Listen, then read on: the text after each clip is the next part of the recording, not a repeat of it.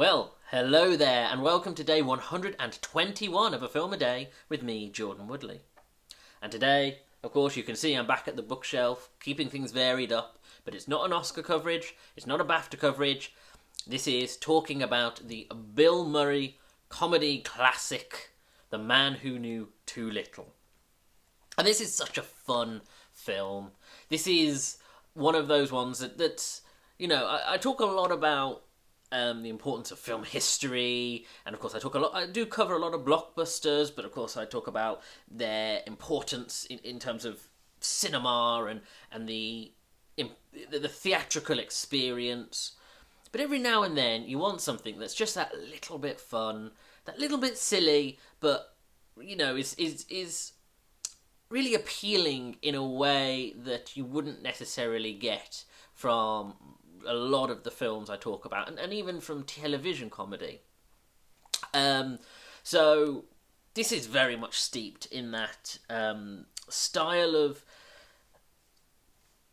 secret agent parody, very James Bond parody that was very prevalent in sort of the 80s and the 90s, a little bit into the 2000s, so it began to teeter, but we're talking about things like Austin Powers, we're talking about things like the Naked Gun films, it's very much in the spirit of those. Where we have Bill Murray, who is an American on holiday in London seeing his brother, who, frankly, just wanting something to do. His brother sets him up on one of these, what was it called? Theatre, what was it called? Life of the Theatre, or Theatre in Life projects, which is very much what one would describe secret cinema wishes it could achieve, where it's you're sent in and you're playing a character in a movie scenario, but of course you're just a normal person and you're sort of carried away by all these actors. It's very murder mystery evening style. However, because of comedy misunderstandings, Bill Murray is accidentally swapped with an actual secret agent, and Bill Murray ends up becoming embroiled in a James Bond-esque British-Russian nuclear war style or Cold War style intrigue plot. But the whole time thinking it's one of these dinner and a show, secret cinema style experiences. And it's a real nice melding of that. It has something of the sort of early Richard Curtis about it in terms of the setting, that sort of dry humour. There's something very quintessentially British about it. And as I say, it's parodying more James Bond of the 80s than James Bond of the 90s, so very much sort of the Roger Moore, a little bit Timothy Dalton style. But you put that with Bill Murray, who, has something that it's very hard to describe. Bill Murray and the kind of humour, the language he uses in comedy, the way he presents himself, that he can use in an incredibly silly comedy just as easily as he can use in a more dour, dry narrative. Something more like Lost in Translation, which isn't really very funny. It's actually quite serious, but there is, of course, he has that charm and that awkwardness, and yet at the same time confidence almost that he brings to it. And it's a real juxtaposition, because you have that sort of British sensibility, the British setting. It has a great cast, including Richard Wilson, who plays the sort of British spy master. You've got Alfred Molina, who plays this Russian sort of agent who's leading a team of guys trying to take Bill Murray down. You've got Joanna Whaley, who plays sort of the femme fatale, and it's great. It's really fun, and I know it's saying something is fun almost feels like it's damning it with faint praise, because it implies there's something lacking in it. But that's not the case. It is just fun. It's really enjoyable to have this style of humour and this which can switch from something which is very incredibly well laid out.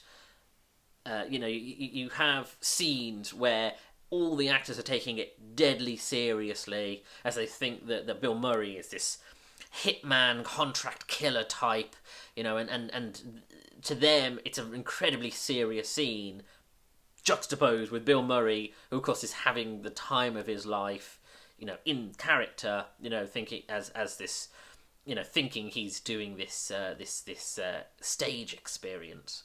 But then on the other end of it, and this is possibly it could be seen as a criticism, is it can go to the further end where there are scenes where even the characters who are in the reality of the film go quite silly, particularly the Russian characters. Now, Alfred Molina, has real fun with the role, and there's something quite witty about it, particularly towards the third act. There's something, you can tell the actors are having fun with the role, and there's some really nice bits of dialogue between them. And the set pieces, again, like I say, it's trying to do the Roger Moore thing, and so you have these car chases that very much are in that spirit of that kind of car chase, and yet it's Bill Murray having fun, going crazy with it because his character thinks that this is all just a game, and that's wonderful because of course it's in this British setting. If you know it, you look at you kind of go, have a familiarity with it that's just wonderful. It really is wonderful. And as I say, you have that set piece. There's a great set piece towards the end, which is this big stage performance, and again, it's fun. And I think really the 90s encapsulates that, where you get a lot of these kinds of comedies where you have the funny setup, and it's very character centric, and it's about good relationships between characters. Like I say, the Richard Curtis style. If this probably has more in common with something like The Tall Guy, where it's very much about the chemistry between characters, interspersed with some really funny set pieces that you get. And like I say, there's just it has this spirit to it, and this real sense of we have an issue nowadays with comedy, particularly the American style, where there is a weird imbalance between, if the actors are having too much fun in the role, it often detracts because the audience often aren't having as much fun, possibly, as the actors are. And that sort of reduces the comedy of it.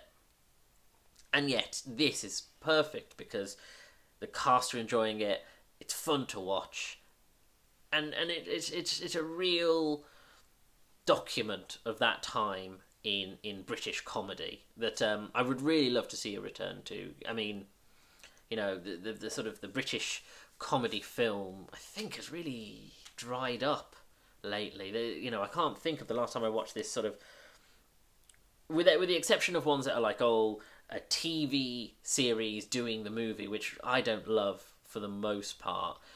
There aren't that many funny British films that we had a long stretch of seeing. Anyway, I had a blast watching this, and I think it was like I say, this week's a bit more relaxed, a bit more just putting on whatever feels best, and this will be a light relief in comparison to tomorrow's film. I won't spoil about which film it's going to be, but I'm glad I've had quite a relaxed week, because tomorrow it's going to be intense. Anyway, thank you for joining me. Please hit the like button, subscribe to the channel, do comment on some of the videos because it helps me with the algorithm, and again, I will try and engage if you leave a comment. There are well over 100 videos now, so please do check out some of the ones if there's a film that takes your fancy, and follow me on Twitter at Jordan_Woodley, where I'm always tweeting about movies and TV shows and sharing funny sketches that I've seen, and of course news and reviews from other sources. And of course, I'm always sharing links to videos there as well. Thank you for joining me. Take care.